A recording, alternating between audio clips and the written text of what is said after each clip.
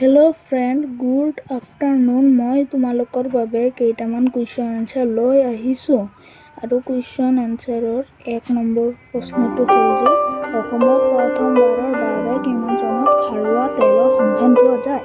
উত্তৰ A, B, C আৰু D।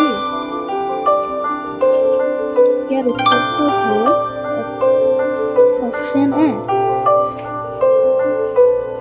আৰু অসমত পোনপ্ৰথমে কিমান চনত কয়লাৰ সন্ধান ওলায়? উত্তৰ A, B, C আৰু D। আৰু ইয়াৰ উত্তৰটো হ'ল C। বাগৰুম্বা কোন জনগোষ্ঠীৰ বসন্তকালীন লোকনৃত্য?